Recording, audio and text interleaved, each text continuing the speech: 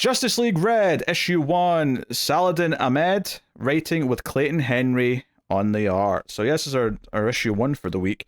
Yeah, I mean, this was obviously a weird team that was put forth, right? You know, like Power Girl, Simon Baz, Cyborg, Dead Man, Red Tornado.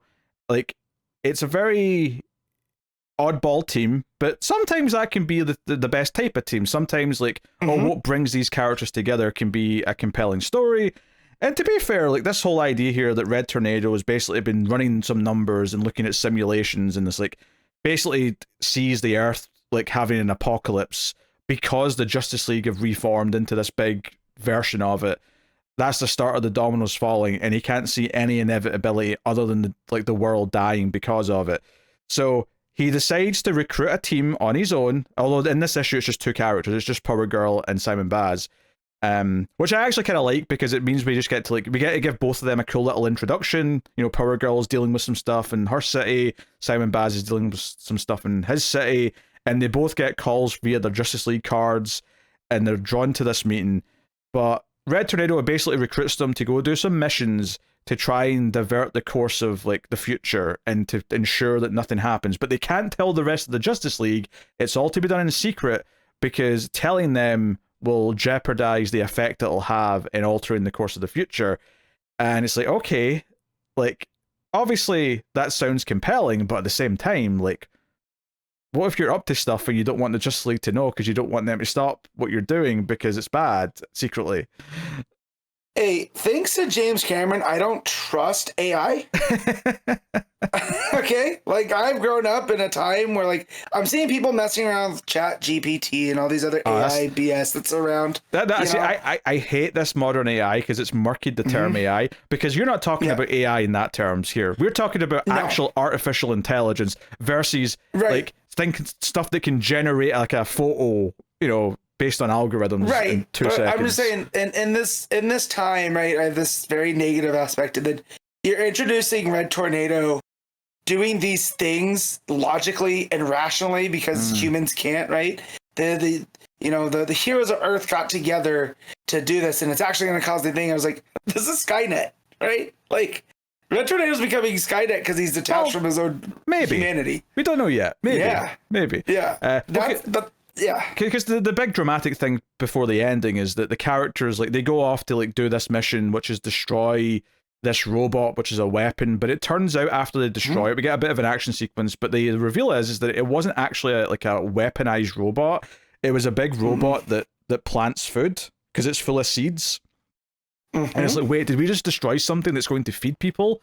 That feels like a move. And then they're like, wait, did Red Tornado make a mistake, or is this what we're supposed to do? Now, my thinking right now is that it's not a mistake. Red Tornado wanted them to kill this thing, but it's still technically right in the long term. Like, my assumption right now is that there's a knock-on effect from, like, this certain world that's going to be fed by this will, like, grow too strong or something and, like, start a war that will lead to, like, an apocalypse.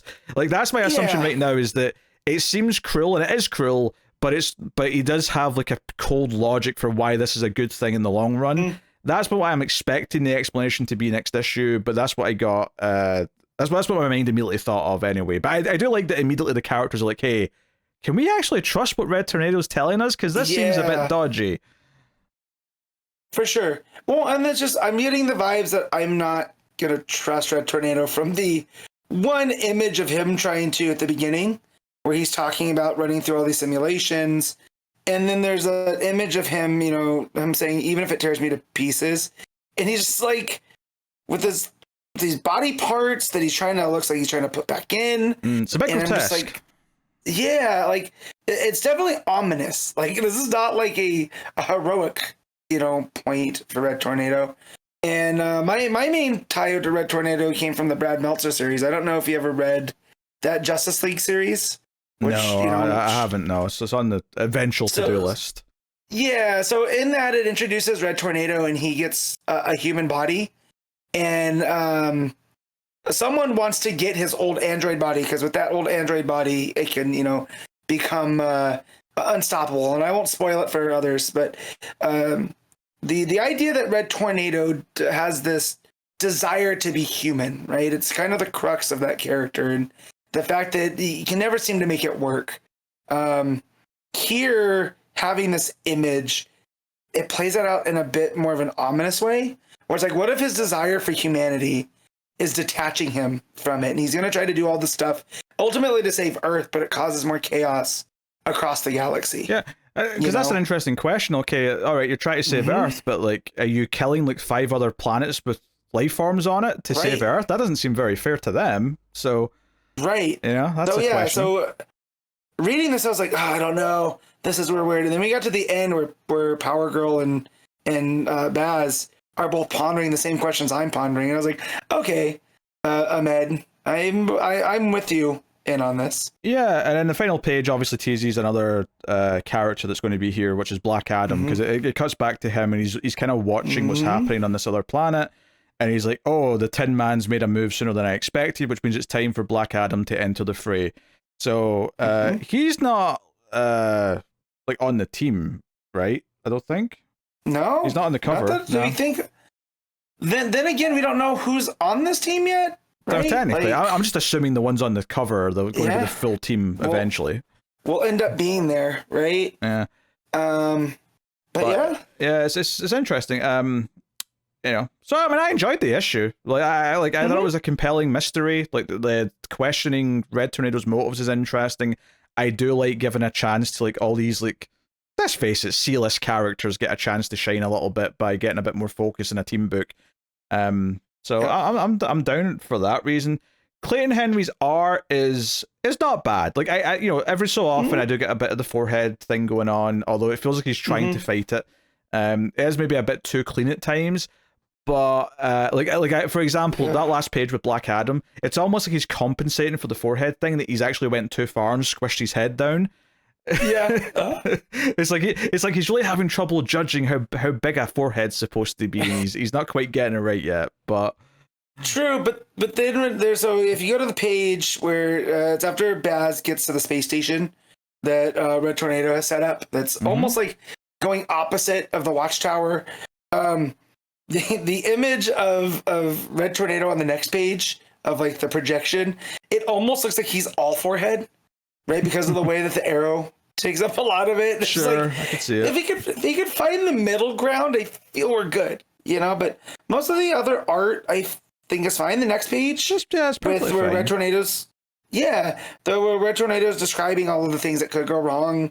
I think all the art looks really good. You know, all the proportions are nice, and so, I think, you know, it's for the most part, Power Girl and Baz, I don't think ever have the forehead problem, to be fair, and that's who we're looking at the most throughout the issue. So I didn't really have that issue. You know, I think I was mostly fine with the art. I think it was never detracting much for me. And I think the big robot, because it's just like a big sort of truck that transforms into a big robot. I thought that looked pretty cool. So I mean, for the most part, I was kind of into how it looked. I mean, again, not in like a super like special way where I'm like looking at something spectacular, but just in a, hey, no, for like a solid house style kind of look, it looks fine. Well, I say that I always know it's Clayton Henry's art.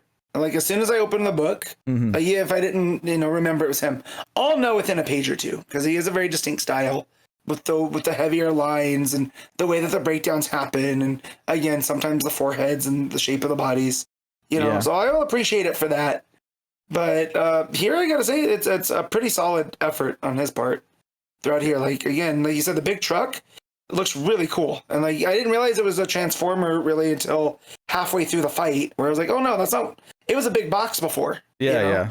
I noticed the treads on the legs, and I'm like, oh, that's that was where that was part of the truck before. Yep. So it's there to sort of see. I am also noticing that Baz is the only member of this potential full team that doesn't have at least a little bit of red. I know Cyborg doesn't have much, but Cyborg at least has the eye. Like, his eye can glow red. And then Deadman obviously is, they've got the red cape and so on. But like, Baz has got no red on him. Nope. He's not allowed to be in Shaun of the Dead. No red on him. No red on him. Yeah. But I thought this was a solid. But I think it's an interesting premise. I would have loved to have not liked it because it's on a busy week. But to be honest, I was kind of into it. So I could see me not sticking on it if things get too busy, like falling behind. But I'm not gonna I'm gonna read issue 2. So yeah, you know.